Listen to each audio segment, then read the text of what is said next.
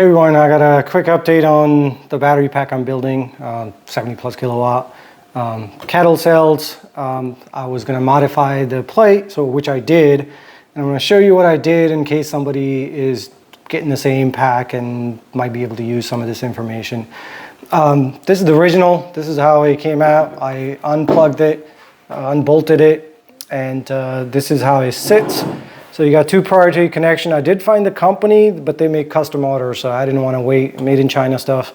Didn't want to wait for these connections. It'd be sweet if you can score these, but in my case, I don't have the patience. I just wanted to more like DIY things, reuse, because these are pretty good connectors.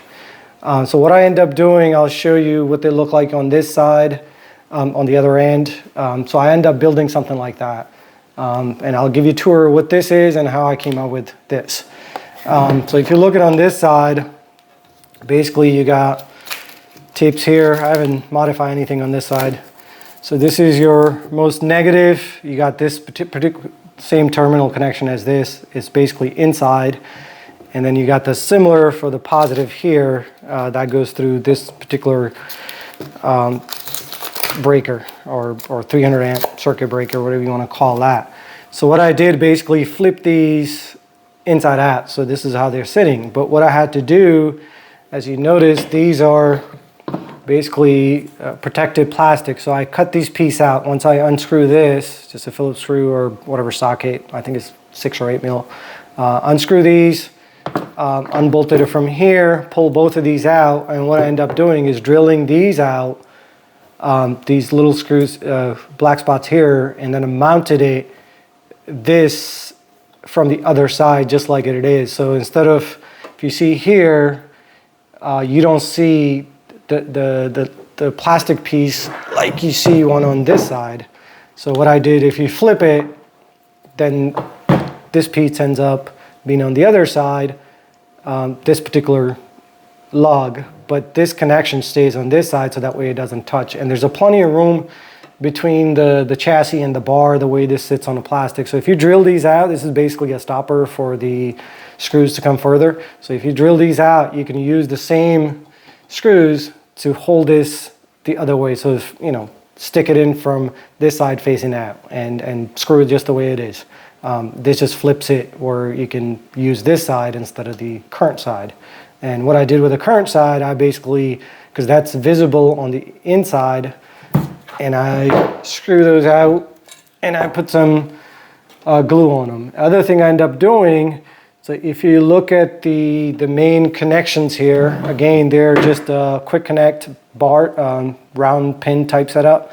And after I cut this piece out and I measured it, it's a 12 mil, so I ran a 12 mil 1.75 pitch. That's the screw I could find locally. 1.75, I think, pitch thread on it. So just use your a die and thread this out with the 12 mil. And basically that's what you see here. So I threaded, so this piece you look at here is the piece that's in here on this side. For negative, positive, I did the same thing. And then I took a standard, this is a 2-aught lug, and I made an L bracket. You can order these, you know, this is thicker than this one is. You can order similar metal and, you know, make your brackets, or they might make a bracket for these. But this worked out.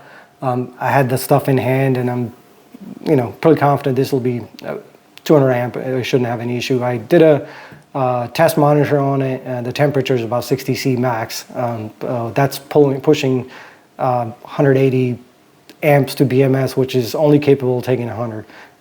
So this got hot, but not too crazy hot where I wasn't comfortable. And if you want to monitor this, you can put the temperature sensor here. So this covers the negative and positive post, and they're still mounted at the same locations using the same nuts and bolts. Away, they're not touching anything. So this side worked out perfect. And in this case, so if I flip it back out, so this is my 48 positive, and this is my 4-cell negative, because I'm, you know, this is a 20S configuration. I'm changing it to 16S, so I have 4 extra cells that I'm connecting to the 4 packs to make the 5th pack work. So this is going to be my negative. So this is, I'll do measurements on it. I mean, write down just to make sure everybody understand how this works out. So this is my main lug for the 48 pack out of this one. And what I end up doing, I got some of these pass-through battery terminals, Amazon, I think, or eBay. Locally, that's the only thing I can find decent. I think it was about 20 bucks a set. I just needed black, but black was like $15 each. This worked out cheaper. In my case, so that's the negative of the 48. So what I end up doing, these are pass-through 3/8 slug, copper, pure copper, so they're capable of 48 volts. I didn't see the SHIA rating on it, and you know, the size of the copper lug tells me it should be okay for 200 amps. And again, it's going to pull only 100 because the BMS will do 100. So what I end up doing is basically going 3.5 inch from here, 3.5 inch from the bottom. Kind of sweet spot for me because the BMS I'm planning on hiding behind this location. So this is pass-through lug, just basically comes out. So I took the factory or the original BMS out, and if you see here, so that's side by side, and this is where the BMS was, and now I have the lug. So on this side of all the 4 cells, I will have exactly same spot to put a bus bar to connect these, and on this side, this will be a positive, there'll be another bus bar, and this would connect to the next positive, and you know, so forth, so on, to make my 5th 48 pack. So that's what I've been busy with. I think is working out pretty good. Only thing I need to do now is wire up the BMS to it, and I'll bring you guys back in to show you what I'm doing with that setup. And you know, after taking a bunch of measurements, this worked out perfect. And this is far enough. I got about an inch or so before it even gets any close to BMS. And as a precaution, I'm putting hot glue on it.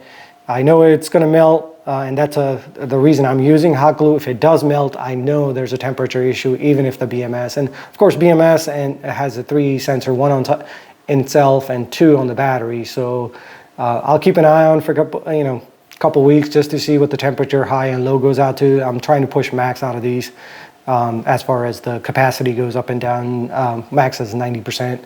So that's kind of what I'm working with so far. I haven't figured this fan out.